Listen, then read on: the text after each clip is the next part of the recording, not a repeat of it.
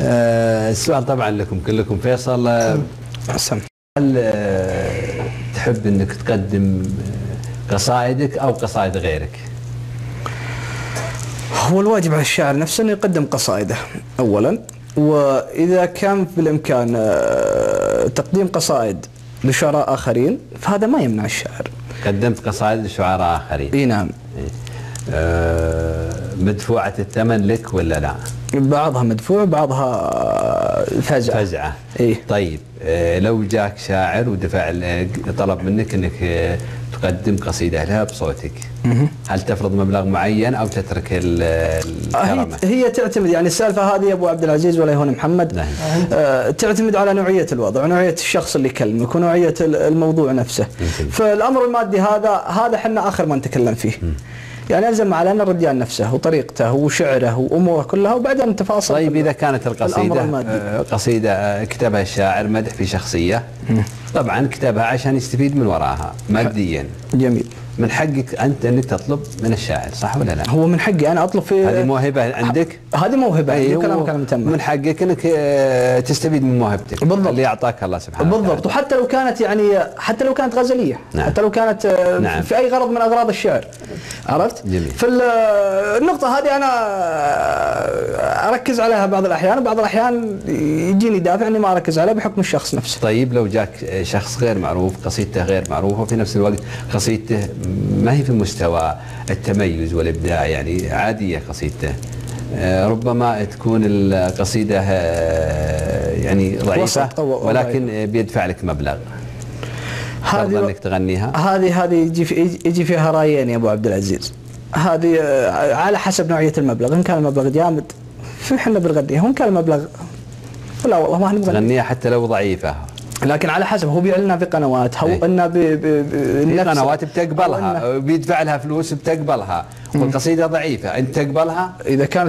اذا كانت القصيده ضعيفه بمعنى ضعيفه والشاعر غير معروف والقصيده اساسا ما راح تخدمني، انا ابغى الشيء اللي يخدم فيصل بن سعد. حتى لو دفع مبلغ وحتى لو دفع مبلغ، احنا غنيين بالله قبله وعقب. جميل، يعطيك العافيه. هذا الكلام. طيب محمد، ايش رايك انت؟ انا طول عمرك اهم ما عندي في البدايه طول عمرك شيلات قصائدي انا. نعم. اشيل قصائدي انا. ثاني شيء طول عمرك اشيل القصيده اللي اعرف انها متميزه جدا. نعم. بالنسبه للمبلغ طول عمرك والله ما حد يكره الشيء هذا. هل عرض عليك؟ نعم عرض علي. نعم الغناء عرض علي. نعم. شلات القصائد. نعم وشلت لي عدة قصائد. نعم بمبالغ مدفوعة. نعم. تستاهل. الله يبارك فيك ويعافيك ان شاء الله. نفس السؤال اللي سألناه فيصل، لو جاك واحد وقال لك هذه قصيدتي يبيك تغنيها، شاعر غير معروف، قصيدة ضعيفة ولكن اعطاك مبلغ جامد وبيعطيك على القناة اي قناة مبلغ جامد. والله اذا كانت القصيدة ضعيفة جدا وانا ادري انها ما تخدمني والله بصراحة ماني بشايلها، يعني يمكن اقرب طول عمرك مجال لي طول عمرك اني اعتذر منه. لان الواحد وده يقدم طول عمرك اللي يفيده ويفيد الناس. طيب جميل. جميل. فيصل نسمع شيء لها مختارة. ابشر. انا بجيب لك طال عمرك عاشق ومعشوق. كلمات فيصل بن سابر. اي هنا. ترى عندي مشكله هنا في بعض القصائد الاشياء شعراء ثانيين انا ما احفظها. ما تحفظها لان القصيده تنسب للشاعر نفسه، انا اديها وتنسى لانها ملكه مين ملكي. جميل. لبى عيونك يا عيوني فديتك يا نبضي يا بعد كل مخلوق، إن جيتك تجيني وإذا رحت جيتك، يعني طفقت حب في راس مطفوق، زينك وحكيك يا غناتي وصيتك، حكاية العالم حدث غير مسبوق، ثقلك وممشى خطوتك وتكتك، شيء يخلي حافظ القلب مسروق يا سلعة من يد غيري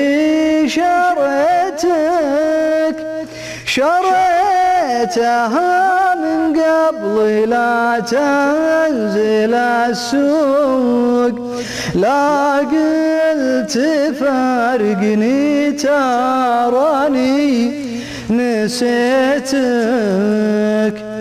حاولت تصدقني لاجل خاطر الشوق وإن قلت هديتك بعد ما بنيتك حاولت حملني مشاريه وحقوق يا شاغلي ليتك وليتك تفهم لا صار الحب عاشق ومعشوق إني بعد يا شاغلي ما لقيتك عرفت معنا كل مطرود ملحوق تعشق سعودتي وانا عشاق كويتك والله يستر لا يجي الطاق مطبوق. سلامتك يا ابو سالم الله يستر ان شاء الله على الجميع ان شاء الله. الله يستر. جميل الابيات يطول عمرك يا ولي. يعني من خلال قناة الصحراء صار لها متابعين وطلبات. اي نعم بشكل كبير يا ابو عبد العزيز. جميل. بشكل كبير. جميل. فيصل هل اوصلتك الشيلات او الصوت الى جمهور عريض؟ وجدت صدى هذا الفن؟ اي وجدته ولو ما لمست الصدى هذا يا ابو عبد العزيز تاكد اني ما راح اكمل مشواري في الفن هذا. يعني الانسان او الشخص او الشاعر او السين من الناس اذا طرح شيء مميز او حاجه للجمهور في هذه اللحظه تكون الكره في ملعب الجمهور. فالجمهور هو اللي يحكم عليك. انا من الزملاء والمحيطين فيني والناس اللي انا ما اعرفهم وعبر وسائل الانترنت من منتديات وخلافه وجدت الصدى الرائع. صح انه الشخص نفسه لا يمكن انه يرضي ذائقه الناس لان ارضاء الناس غايه لا تدرك، لكن الاشياء او الناس او مجموع الناس الأكثرية يعني الأكثرية أو مجموع الناس اللي الآن معجب في فيصل بن سابر هذا بحد ذاته يرضيني ولو ما كسبت